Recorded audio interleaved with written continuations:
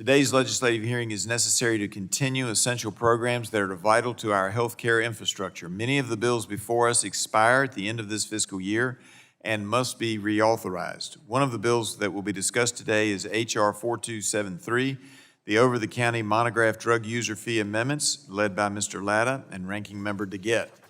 The Coronavirus Aid, Relief, and Economic Security CARES Act, which passed in 2020, modernized the regulation of over-the-counter monograph drugs and products. It also created a new user fee program to support this new framework, also known as OMUFA, or colloquially UMUFA.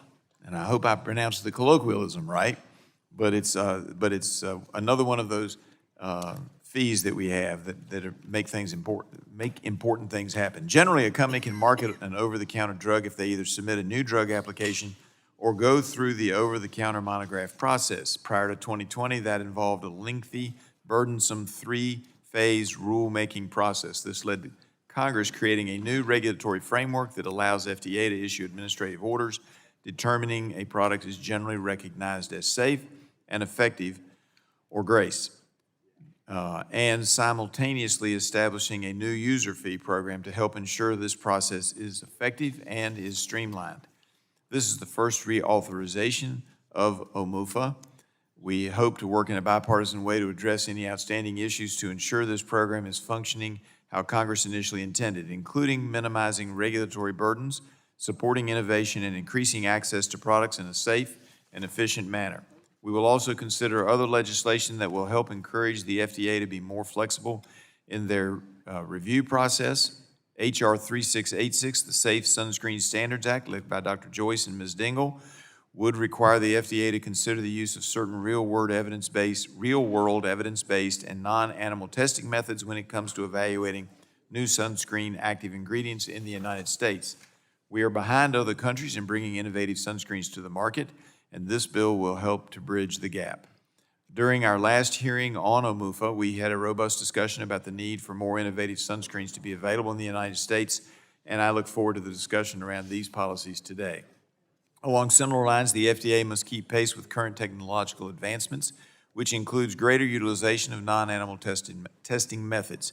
H.R. 2821, led by Representatives Carter and Barragan, would help support FDA's efforts to do just that. Congress gave the FDA the ability in 2022 when FDA Modernization 2.0 was signed into law, but the FDA has failed to fully implement these practices. This legislation would require the FDA to finally update its regulations to account for non-animal testing.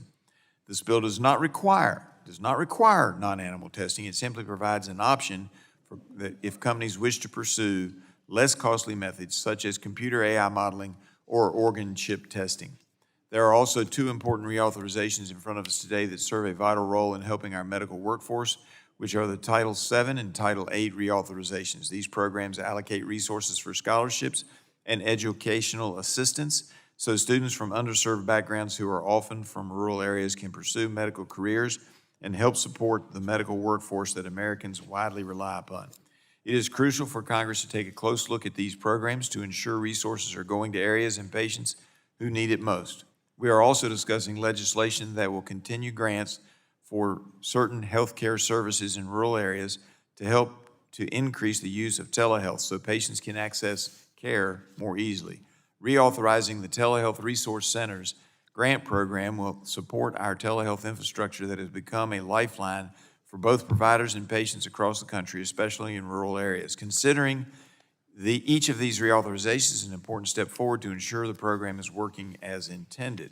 I look forward to hearing from our witnesses today regarding the importance of these programs and to ensure that they are reauthorized in a timely manner. That said, I would also say that the Health Subcommittee has great advantages in many ways. One of those being is that when somebody is sick or needs health care, they don't look at what party they identify with or what their philosophical background is. This subcommittee has a long history, and I hope to be a part of continuing that long history of doing bipartisan work for the betterment of the American people and the American patients. And I know that my colleague, the Ranking Member, Ms. DeGette, feels the same way. We have worked on issues over the years that I've been in Congress, and I appreciate the opportunity to work with you as the Ranking Member. And I now recognize Ms. DeGette for her 5-minute opening.